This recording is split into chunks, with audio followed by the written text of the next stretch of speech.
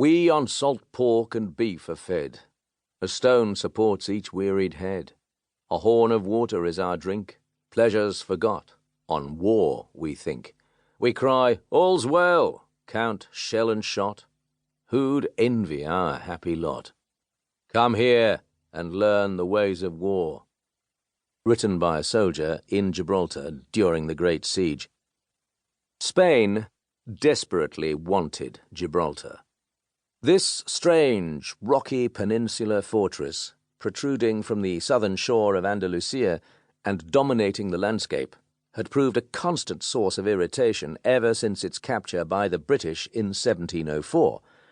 The Spanish king and his government insisted on regarding Gibraltar as a plundered possession that had to be reclaimed, but the inhabitants of Andalusia were more relaxed, content to enjoy plentiful trade and friendly relations with their neighbours. So there was nothing unusual about the morning of Saturday the 19th of June, 1779, when the British governor of Gibraltar, Lieutenant General George Augustus Elliot, rode across the border into Spain at the head of a splendid procession of officers and aides-de-camp. Their destination was the hilltop town of San Roque, 5 miles away, where they intended to congratulate Joaquin de Mendoza, the Spanish governor, on his recent promotion to lieutenant general.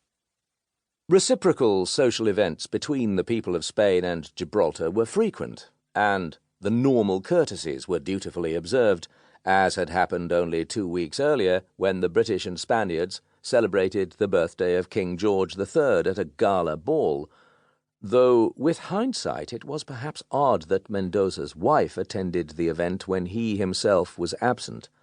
Life was exceptionally pleasant for those posted to the military garrison of Gibraltar, and several officers had sent their families to spend the summer at San Roque and in the small Andalusian villages around the picturesque Bay of Gibraltar.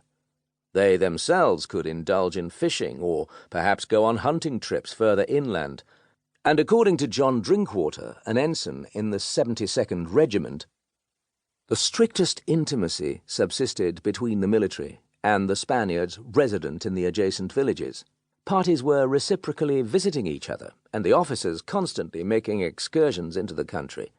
These excursions, with others to the coast of Barbary, Morocco, which in the season superabounds with various species of game, were pleasing relaxations from the duties of the garrison, and rendered Gibraltar as eligible a station as any to which a soldier could be ordered.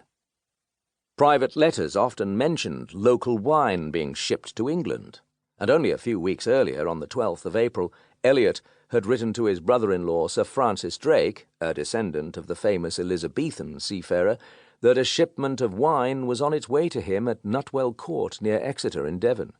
No payment was required, Elliot said, only Devon cider in return, and he urged Sir Francis to join him at Gibraltar. "I am sure it would delight you. Travelling in Spain is full as commodious as in Wales.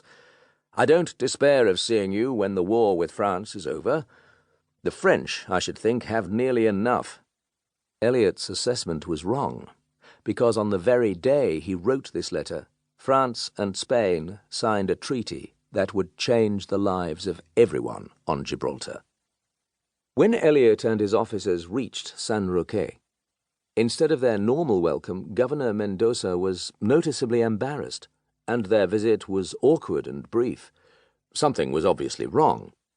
Later on that day, back in Gibraltar, the reason for his manner became startlingly clear when Charles Logie, the British consul at Tangier, sailed across the straits to bring Elliot the news that war between Britain and Spain looked highly likely.